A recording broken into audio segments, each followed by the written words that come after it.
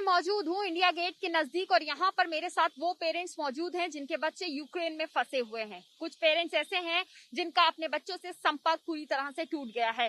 ये सभी पेरेंट्स यहाँ इकट्ठा हुए हैं और चाहते हैं कि इनकी बात सरकार तक पहुंचे। उन सभी पेरेंट्स से एक एक करके बात करेंगे और जानते हैं कि क्या कुछ स्थिति है। सबसे पहले आप बताइए क्या नाम है और आपका बच्चा कहाँ? मेरा नाम हर्षा है, मैं दिल्ली से हूँ। मेरी बेटी मानसी सिंगल, वो 3rd ईयर की स्टूडेंट है इवानो फ्रैंकफर्ट यूनिवर्सिटी में।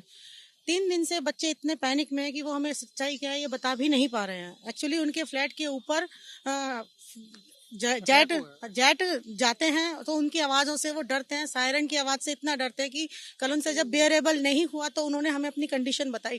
अब उनकी आवाज़ें सुन के, बाहर टीवी के सीन देख देख के हम इतना डर गए कि उन्हें हम कैसे समझाएं ये भी नहीं बता पा रहे हैं। आज हमने कल उनको डिसाइड किया था कि वो बाहर निकलें, लेकिन क्योंकि जिनके थ्रू गए हैं उन्हीं की बात माननी जरूरी होती है, तो सबने कहा कि पैर इकट्ठा बसें करेंगे तभी जाएंगे। लेकिन जब कंडीशन इतनी डेंजरस हो गई कि आज वो बच्चे अपने आप 2-2, 3-3 बसें करके, प्लस इनके साथ की बसों के साथ में एक साथ 25-30 बसें करके गए हैं। और वो बच्चे अब कहाँ से कहाँ के लिए निकले हैं? क्या कुछ सिचुएशन है, क्या कुछ बात? अभी बातचीत हुई थी तभी पता लगा था कि बच्चे इवानो फ्रैंकफर्ट से रोमानिया के बॉर्डर के लिए निकले हैं और थोड़ी देर बाद उनका नेटवर्क कांटेक्ट खत्म हो चुका था। कितनी देर से बात नहीं हुई आपकी बेटी? 2 घंटे से बात नहीं हुई है मेरी बेटी से। और फोन की चार्जेस नहीं है, लैपटॉप चार्जेस नहीं है, कैसे बात होगी? और दूसरी बात यह है कि बॉर्डर पे कोई सिस्टम नहीं है। जो पहले बच्चे खड़े हैं वही बार बार उनके ही मैसेज आ रहे हैं कि हमें अंदर नहीं लिया जा रहा है, बॉर्डर के अंदर नहीं लिया जा रहा है। तो जो और बच्चे वहाँ पे कम से कम अभी 1000 बच्चा और पहुंच जाएगा 1-1.5 घंटे में। और रात को मतलब उस 0 डिग्री से नीचे माइनस में टेम्परेचर जाएगा और रात कैसे निकलेगी वहाँ पे उनकी, बिना खाने पीने के, बिना किसी चीज के। सबसे बड़ी बात यह है कि मोदी जी ने बहुत अच्छा प्रयास किया है। उनके प्रयास हर जगह दिखाई देते हैं। थोड़ा सा बस ये है कि जितने बच्चे हैं उतना प्रयास थोड़ा और बढ़ा लें तो जितनी लंबी लाइन लग रही है वो ज्यादा प्लेन में बच्चे इवैक्यूएट होने के कारण लाइन नहीं लगेगी, तो बच्चे पीछे से भी आते रहेंगे और इतनी पैनिक कंडीशन नहीं क्रिएट होगी। आप सोचिए यहाँ जो पेरेंट्स हैं, जो माता जी हैं, उन्होंने बताया उनकी बेटी से 2 घंटे से कांटेक्ट उनका अभी फिलहाल नहीं हो पाया। यहाँ मेरे साथ वो सर मौजूद हैं जिनके थ्रू बच्चे जो हैं यूक्रेन पहुंचे हैं पढ़ने। सर आप कुछ बताइए, कितने बच्चे आपके थ्रू वहाँ पहुंचे हुए हैं, कितने बच्चों से कांटेक्ट हुआ, क्या कुछ situation? Actually, myself Mehboob Ahmed. I am the chairman of Eurasia Education Link. My brother is the CEO of the company. He's already there in Ukraine. He's rescuing people and he's sending. He's in about. He've arranged 20 to 30 buses. 20 से 30 बसें arrange कर दी हैं। Sir किन किन parts में बच्चे थे जो आपके कांटेक्ट में थे? अब उनको किस तरह से आप लोग वहां से सेफ जगह पर पहुंचा रहे हैं?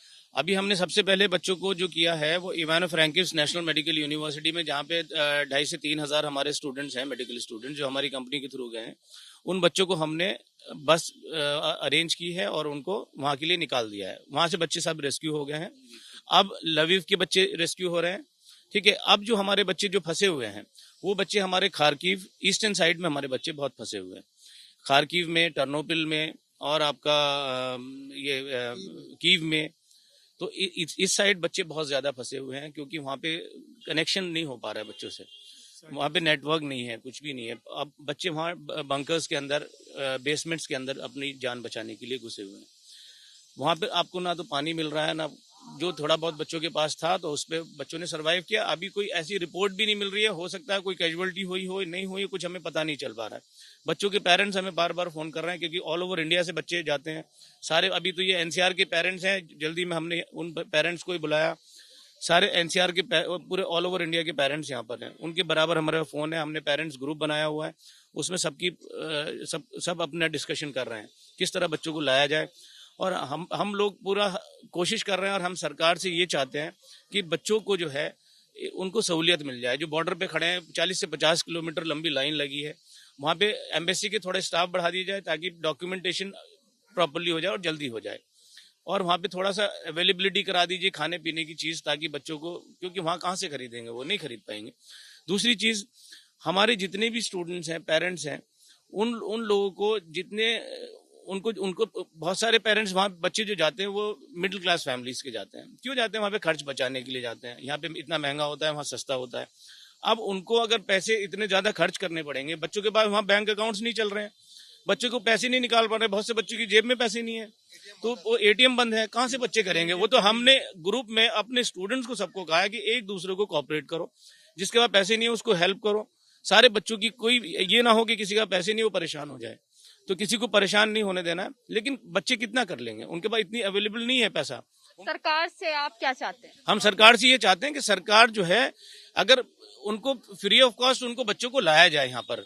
अगर फ्री ऑफ कॉस्ट भी नहीं ला सकते, जेन्युइन कॉस्ट रख ले, तो वो बच्चे, वो सारे पेरेंट्स देने को तैयार हैं। लेकिन इतना ज्यादा नहीं कि अभी 1 लाख रुपए का टिकट, 1.5 लाख का टिकट कहाँ से देंगे बच्चे। बहुत सारे पेरेंट्स ऐसे हैं, है ना।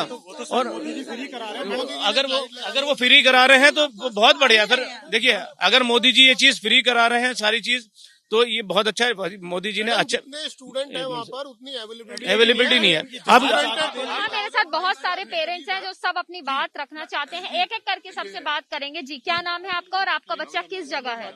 मैडम, हमारी सरकार बहुत अच्छा काम कर रही है। हमें थोड़ा सा जो कामियां हमारे भाई ने बताई हैं, ये राशिद जी हैं यूड्रम एजेंसी से, और इनके जो फ्रेंड्स हैं वहाँ पर काम कर रहे हैं, मशहूर है, गोविंद हैं।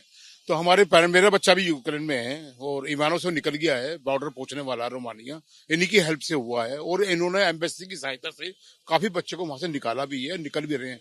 लेकिन मेरी सरकार से प्रार्थना कि जिन बच्चों को हेल्प नहीं मिल पा रही है या फ्लाइट की कमी से, पोलैंड में फ्लाइट नहीं है, तो वहां तक पहुंचने की कोशिश करें। प्लीज फ्लाइटों की संख्या बढ़ाएं और जल्दी जल्दी बच्चों को निकालें, क्योंकि स्थिति दिन ब दिन खराब होती जा रही है।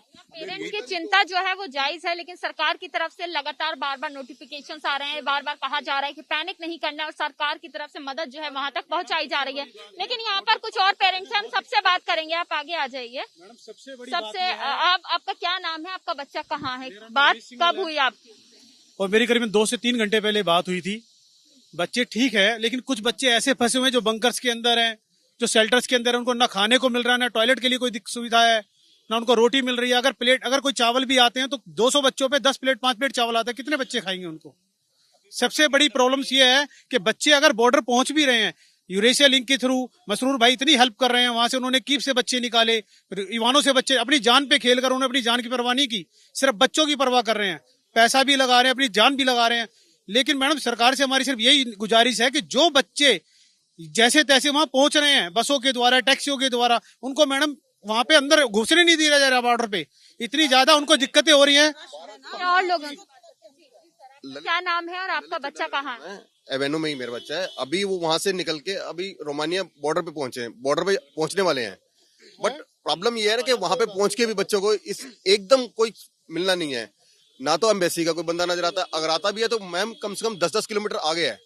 10 किलोमीटर बच्चे पैदल लगेज कैरी करके जाएंगे, और बच्चे भी, टेम्परेचर इतना, ठंड का टाइम है, बच्चे इतना तो बड़े बच्चे हैं नहीं वो लोग, और किसी चीज के लिए अवेलेबिलिटी नहीं है वहाँ पे, खाने पीने के लिए नहीं है कोई ऐसा, मतलब ये बसेस के लिए आप वहाँ पे भी इतना बुरा हाल है। एम्बेसी, यूरेशिया, कितनी बसें अवेलेबल करेंगे। सर, आप आगे आ जाइए, आप अपनी बात कहना चाह रहे हैं। जी, आप बात करें।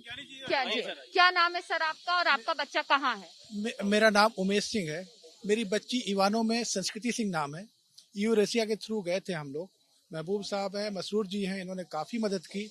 बच्चों को भी ले जा रहे हैं उधर रोमानिया बॉर्डर पर जो वहाँ तकलीफ है, इतनी लंबा जाम लगा हुआ है, करीब 15-20 किलोमीटर का। बच्चे कैसे जाएं, कोई अव्यवस्था वहाँ फैली हुई है। गुजारिश, रिक्वेस्ट ये है सरकार से कि वहाँ पर और एम्बेसी के लोगों को बढ़ाया जाए, सो दैट कि वहाँ पर व्यवस्था ठीक से हो जाए, बच्चे ठीक से जा पाए। एक कैंप दिया जाए।